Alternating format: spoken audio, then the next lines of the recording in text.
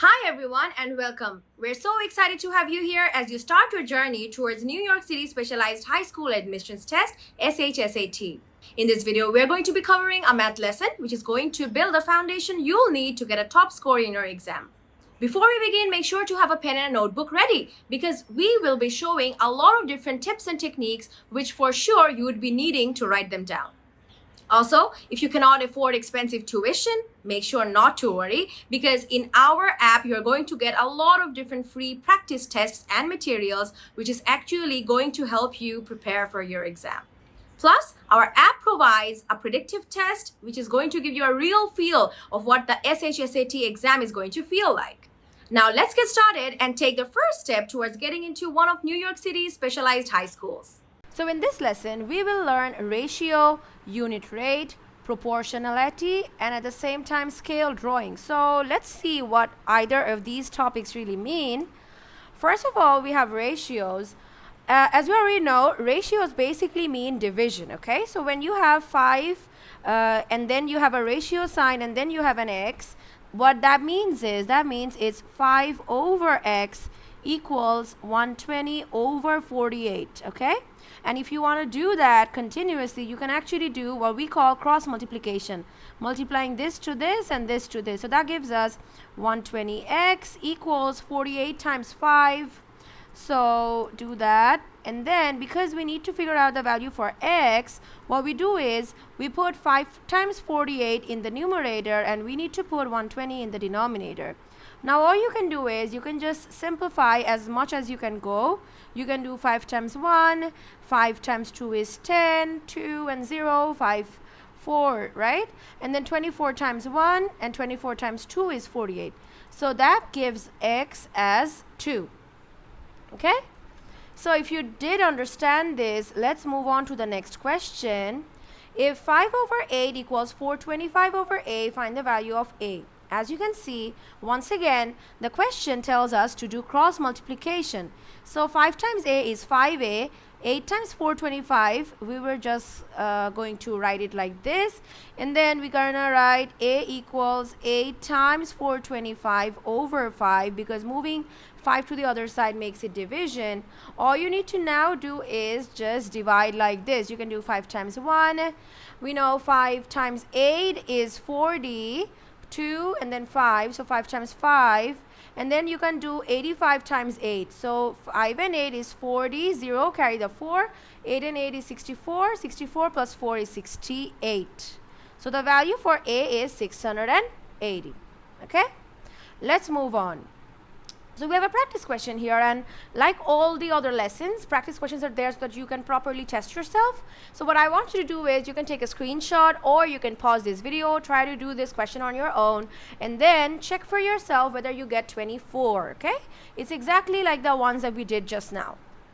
And then, on a day, Elizabeth treated 8 dogs, 5 cats, and 7 birds. What was the ratio of the number of cats treated to the total number of animals treated by Elizabeth?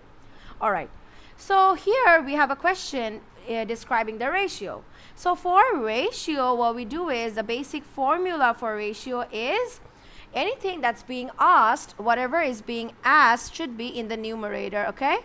And in the denominator, it should have the total of all of the ratios. So that's what it really does. So in this case, what did they ask us? They asked us to figure out the number of cats. So how many cats are there? 5. So that means 5 should be in the numerator, and in the denominator there should be 8 dogs, 5 cats, and 7 birds. So that gives us 8 plus 5 plus 7. So 8 and 5, 13 plus 7 is 20. So that's 5 over 20. 5 over 20 can be further simplified as 1 over 4, right? But because the question said to give the answer in the form of a ratio, all we're going to do is just write 1, then give this sign, and then just 4. So that's my answer. You can either write 1:4 or you can write is/2 in names. So the best format is just to write in 1:4. Okay, if you did understand this, let's look at another ratio question. The ratio of men to women in a company is 2:3 if there are 76 men. So in this case, we already know the number of men here, right? What's the total number of men and women in the company? So first of all, what you do is the ratio of the total number of men and women to men is what? So if I want to know what's the total number of people of all of the men and women combined divided by men, so what's that going to be? So the total number of men and women together, the total ratio is 2:3, right? So can I say that's 2 plus 3 divided by only men? So only men is just 2, right? So that gives us what? That gives us 5:2 or 5/2. And now, according to the question, there are 76 men. So what I can do is, I can do total is to men, as in 5:2 here. And once again, I can do total is to men. So if there are 76 men, that means that in the case where we wrote men in the denominator, right? So in the denominator, we will be writing 76. But in the numerator, we are going to be writing the total. So let the total be n. Okay? So that's basically a way in which you can write ratios. However, if you did the other way around, if you did men is to total, making it 2:5, and then 76 is to n, you would have gotten the same result, okay? Now, all we need to do is just the basics, do cross multiplication. So that gives us 2 times n as 2n, and 76 times 5. Moving on, n is going to be equals to 76 times 5 divided by 2, right? And now, if you simplify this furthermore, the value for n, or the total number of people, is going to be 190. Okay? All right. If you did understand that, here's another practice question for you. I hope you do try this out, and your answer is going to be 32. Okay. Let's look at another question. The sum of the numbers p, q, and r is 345. The ratio of p is to q is 1:3, and the ratio of q to r is 2:5. What is the value for q? Okay. So the first of all, what we see here is the ratio of p is to q is 1:3. That's what the question says, right? And the ratio of q is to r is 2:5. In both the ratios, we have q as common. So what we can do here is, because here q is written as 2, how can we convert this q and this q both in the same format? Because here it's 3 and here it's 2. So how can we make 3 and 2 the same number? In that case, what you can do is, you can do this 3 times 2 and then this 2 times 3. So then you have 6's on both sides, which means that on both ends, you're going to have the same number as 6 for both of the q's. That is when you can compare, okay? So that should be your strategy. So if you want to convert 3 to a 6, you do 3 times 2, which is 6. So you have to do 1 times 2, which is 2. And again, if you do 2 times 3, that's 6. If you do 5 times 3, that's 15, okay? So now what? Now you have the q the same, which means that if you do p times q times r, it's going to be according to p. Now the new ratio will be 2, q is 6, and r is 15. All right. But the question said, what is the value for q? All right. So if we add them all up, if we add all of the total ratio up, it's going to be what? The total ratio, 2 plus 6 plus 15 is 23, right?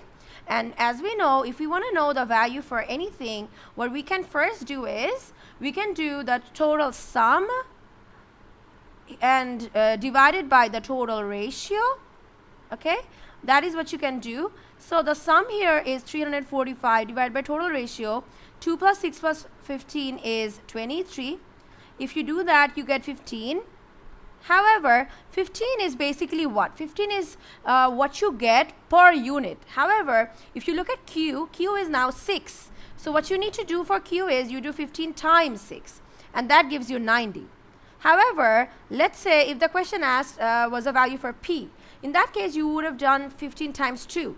For r, you would have done 15 times 15. Okay, I hope that makes sense. So your final answer for q is 90. All right. This was a little lengthy, but I hope you did understand this.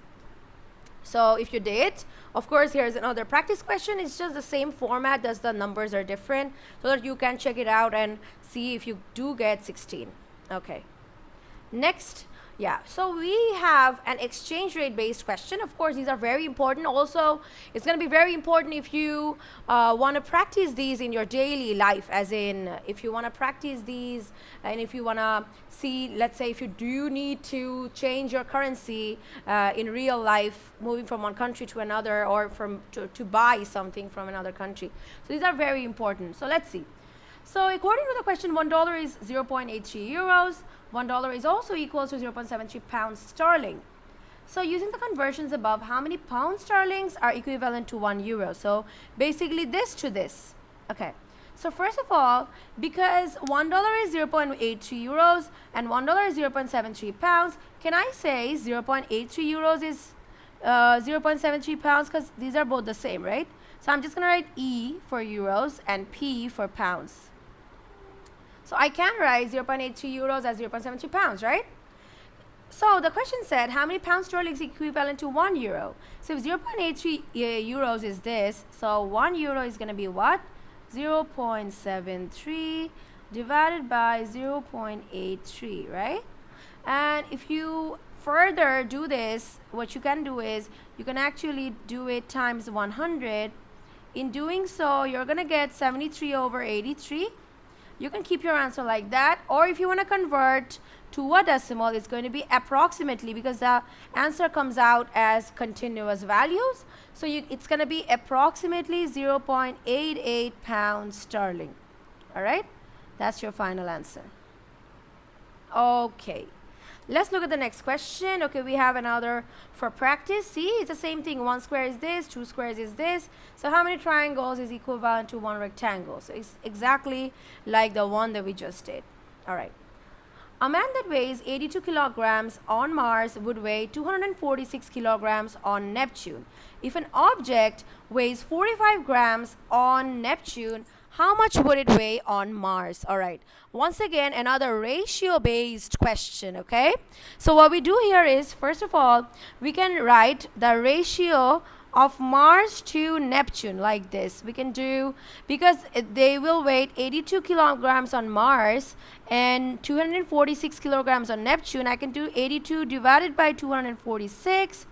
And then if that object weighs 45 grams on Neptune, so in the denominator where it's Neptune, I'm going to write 45 here. How much would it weigh on Mars? So let's take that as W. So all you do here is just figure out the value for W. So you do cross multiplication, that's W times 246. I'm just going to write the last step, which is 82 times 45 over 246. Once again, you solve this on your own. It's just basic simplification.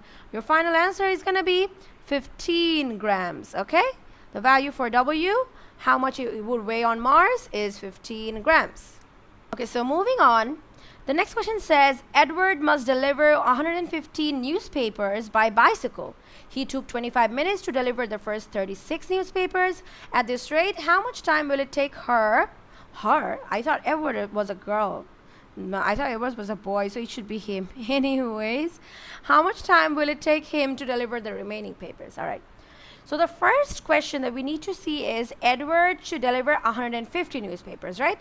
But in the first 36 newspapers that he needs to deliver, he took 25 minutes. So how many newspapers are remaining? So first of all, let's figure out the newspapers that are remaining. So that's going to be 150 minus 36, which gives us 4. So that's 114, right? So there are 114 newspapers that are remaining. So first of all, let's do a ratio once again. Let's do time. Let's do time in the numerator, and let's do number of newspapers in the denominator. So in that case, we don't know how much time it will take. So let that be T. And how many newspapers? 114 equals, how much time did it take to deliver the first 36? 25 minutes, right? So I'm going to do 25 in the numerator and 36 in the denominators, because those are newspapers. Okay. And now, once again, pretty easy, right? So if we do cross multiplication, that's 36T equals 25 times 114. So then you do 25 times 114 in one side, and then you divide it with 36. Okay? So 25 times 114, you divide it with 36, and it's going to be approximately 79 minutes. All I did is I rounded it off to the nearest minute. I know the question did not say that, but what you can do is in questions like these, where they ask for minutes, or even where they ask for the number of people, because we know the number of people can never be in a decimal or in a fraction. So in questions like these, you can actually round it off to the nearest minute. Okay? Even if you wrote your answer in a fraction, it's fine. In a decimal, it's fine. In a mixed fraction, it's fine. Okay? So the basic thing is whether you do get your answer correctly or not. Let's move on. So here is another practice question. As you can see, it's with a spring and with an elastic limit. If you guys are good at physics, you'd be knowing that it's kind of relevant to Hooke's law, right? Even if you don't know that, that's completely fine. I just added that extra point so that you do get to know like what this question is really about. Moving on. Sarah is 5.6 feet tall. At 2 p.m., her shadow is 11.2 feet long. So as we can see, most definitely the ratio is going to be from how tall she is, as in her length, to how tall her shadow is, as in her shadow, right? So the first thing you do for these ratio-based questions is to figure out these two variables. So that's length is to shadow. Instead of reading the entire question, I'm just going to jump straight into it. Length is to shadow means it's going to be 5.6 over 11.2, right? And then at the same time, the shadow of a tree is 50 feet long. So in the case of shadow, in the denominator, it's going to be 50 was the height of the tree. So let the height be h. And now all you do is simplify. So first of all, I can actually remove these two decimals. Yeah. And how do I do that? If you do times 10, it's going to be 56 over 112. So it's going to be 56 over 112, and then moving this 50 to the other side is just going to be times 50, right? Equals h. So that's what your question really says. That's what they ask you to do. So the value for h, if you simplify this on your own, is going to be 25 feet. That's your final answer. Okay? All right. Moving on. The total cost of 4 same books was $36.25. Now the cost of each book is increased by 0.75. So there's one thing that's very important to see. They did not say that the cost of all 4 books have increased by 0.75, because that would have been very easy. That would just make us do 36.25 plus 0.75, right? But what they asked us to do is 4 books was 36.25, and now the cost of each book is now increased by 0.75. So what do we do in that case? In that case, let's figure out the new rate. So the new rate for the 4 books is now going to be 36.25. I won't just add it to 0.75, but rather I would do 0.75 times 4. And now what is 0.75? 0.75 is basically 3 over 4. If you do 3 over 4 times 4, you are going to cancel out the 4 and the 4. So that's basically 3.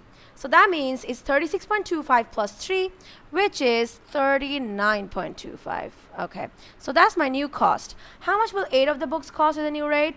All right. So if you think about it, the cost of 8 books is going to be the double of the cost of 4 books, right? So 8 books is of course gonna be double or 2 times the cost of 4 books. And as we already figured out, the cost of 4 books is 39.25. So the cost of 8 books is gonna be 2 times 39.25. Okay, you can do 39.25 as 39 1 over 4. And then if you simplify the 2 and the 4, that gives 39 1 over 2. So 39 1 over 2, once again, if you simplify, even if you write it as 39 1 over 2, you're fine, right? If you do that math in that way. Or if you convert it to a decimal, that's $78.50. That's your final answer. Okay, this was pretty easy. You can also use ratio for this, but if you use these like basic steps, I think that's going to be good to go. We have another practice question. You can see what you can use even if you do it with ratio or if you do it with like common sense basic steps. Both are fine as long as you get the correct answer. All right. Using the approximation 2.54 centimeters equals 1 inch, how many centimeters are there in 5 feet 4 inches? Okay. So basically, something that we do need to remember is 1 feet has 12 inches. A lot of you might already know this, but I'm just writing it either way. So what do you have in 5 feet 4 inches? In 5 feet, you have 5 times 12 inches, right? And then you have 4 inches as it is. So that gives 5 times 12 is 60, 60 and 4 is 64. So in total, that's 64 inches. So what you can say now is, according to the question, 1 inch is 2.54 centimeters. So in 5 feet 4 inches, which is what? 64 inch, it's what? 2.54 times 64. Right? Once again, you do the math on your own. That's approximately, if I put it in 2 decimals, 162.56 centimeters. All right? Hope this is clear as well. I don't think we have much left. Let's move on to the next question. A map is drawn to scale. 3 centimeters is equivalent to 2 kilometers. So first of all, let's just write this down. So in a map, what happens is it's not possible for us to make, kilometers worth of papers to draw a map. So in a map, there is always a scale given. As in 1 kilometer means 1 centimeters, or in this case 2 kilometers means 3 centimeters. So there's always a scale given, and what we need to do is we need to look at the scale, and then we need to practice, or we need to draw according to the scale. Okay, so because the question says 3 centimeters is equal to 2 kilometers, if 2 centimeters are 46 kilometers apart, how many centimeters apart should they be? So let that be x. Let that be x, so we can say x centimeters is equal to the 46 kilometers that they are apart. So once again, I can actually put it in a form of a ratio. Because x is to 46, I can do map is to actual length, all right? So the map is x when the actual is 46, and the map is 3 when the actual is 2. So then, solving this gives us 2x equals 46 times 3, which is 6 times 3 is 18, carry 1. 4 times 3 is 12, 12 plus 1 is 13. And then finally, x is going to be equal to 138 divided by 2. So that's 6, and 8 comes, so that's 9. So that's 69 centimeters apart. That's how far they should be on this map. And once again, we have a practice question which totally assesses whether or not you did understand the map question. And with that being said, that was the end of this particular lesson. Hope you did really enjoy it. Most definitely leave a comment below to know how we can improve ourselves. And at the same time, if you did enjoy all of the maths that we have already covered throughout this lesson. At the same time, if you cannot afford really expensive one-on-one tutoring and personalized tutoring, here's a solution for you. You can actually download our SHSAT prep app from Apple App Store. It has a lot of practice materials for you, and at the same time there's also a predictive test which is actually going to give you that real feel of attending an exam. Thank you so much for watching. Make sure to leave a comment below and practice well for your exam.